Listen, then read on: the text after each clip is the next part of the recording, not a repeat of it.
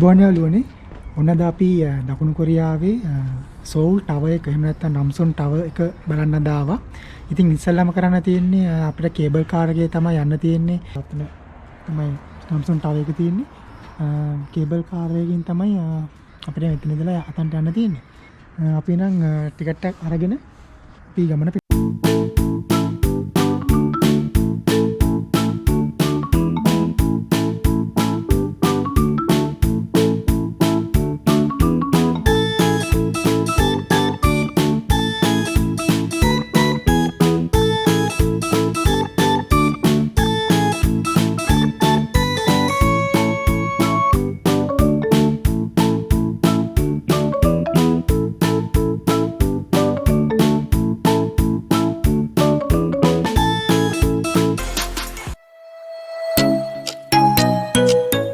Cable car के යන්නේ soul නම්සොන් tower එකට.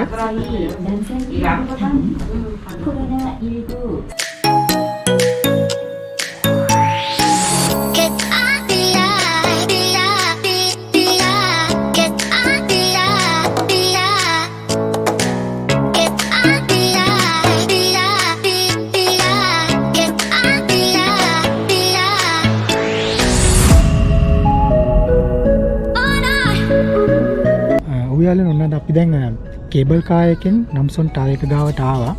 මෙතන ඉඳලා මම හිතන්නේ මීටර් කියන්නේ ලොකු දුරක් නැහැ. ටිකක් ඇවිදන් යන්න ඕනේ උඩට. ටවර් එක ගාවට යන්න ඕනේ. ඉතින් අපි උඩට ගිහිල්ලා බලමු.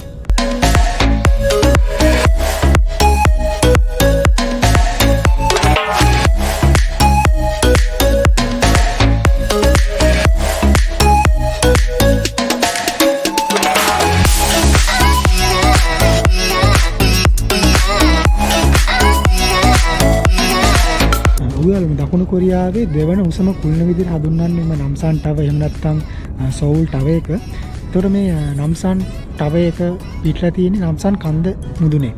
ඒ වගේම මීටර් 236ක් උසින් තමයි මීටර් 236ක උස ප්‍රමාණයක් මෙම නම්සන් ටවර් එකේ උස ප්‍රමාණය. ඒ වගේම තමයි කොරියාවේ තියෙන ගුවන්විදුලි නාලිකා බොහෝමයකට සම්ප්‍රේෂණ කුළුණක් විදිහට මෙම කුළුණ භාවිතා කරනවා. ඉතින් අපි ඇතුළට ගිහිල්ලා බලමු මොනවද තියෙන්නේ කියලා.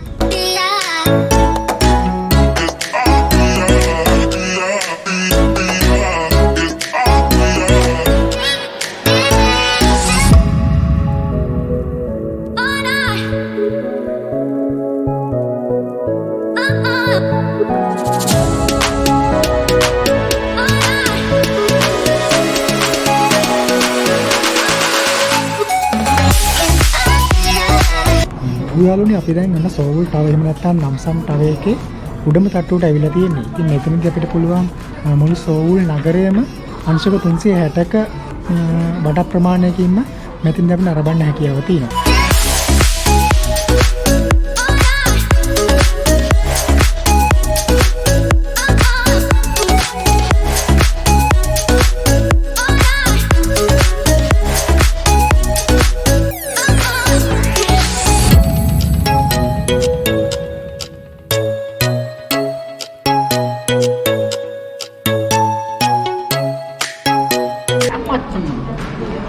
ඔයාලනේ ඕනේ නම්සන් ටවර් එකේ මෙතන ඉඳලා හරියටම අපේ ශ්‍රී ලංකාවේ කොළඹට තියෙනවා කිලෝමීටර් 5880ක් මෙතන ඉඳලා හරියටම තියෙනවා. ඒ කියන්නේ මෙන්න මේ මෙතන ඉඳලා මේ දුරින් තමයි මේ කෙලින් තමයි අපේ කොළඹ ශ්‍රී ලංකාවේ කොළඹ පිටලා තියෙන්නේ.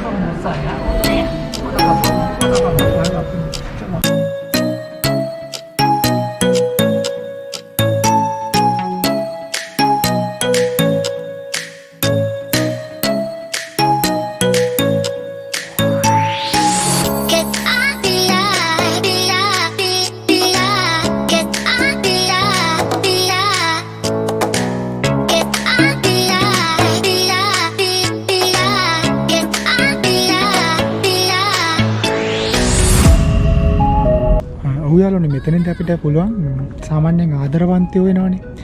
පෙන්වතුන් ආපුවම ඒගොල්ලන්ගේ මතක සටහන් නැත්තම් ඒගොල්ලන්ගේ ළඟ තියෙන ප්‍රාර්ථනාවන් ඉෂ්ට වෙන්න කියලා මෙන්න මේ වගේ කැටලොග් එකක් අරගෙන ඒකේ ඒගොල්ලන්ගේ ප්‍රාර්ථනාව හරි නම හරි නම් ටික නම් දෙක හරි ලියලා මෙහෙම මේකේ මෙහෙම එල්ලනවා.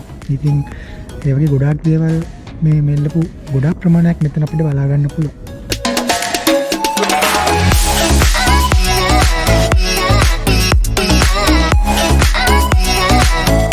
ඔයාලට මෙතෙන්ට අපිට පොඩි කැන්ඩි ෂොප් එකක් බලා ගන්න පුළුවන්. ඉතින් ගොඩාක් ලස්සන එක එක ජාතියේ කැන්ඩි අපිට මෙතනදී බලා ගන්න පුළුවන්.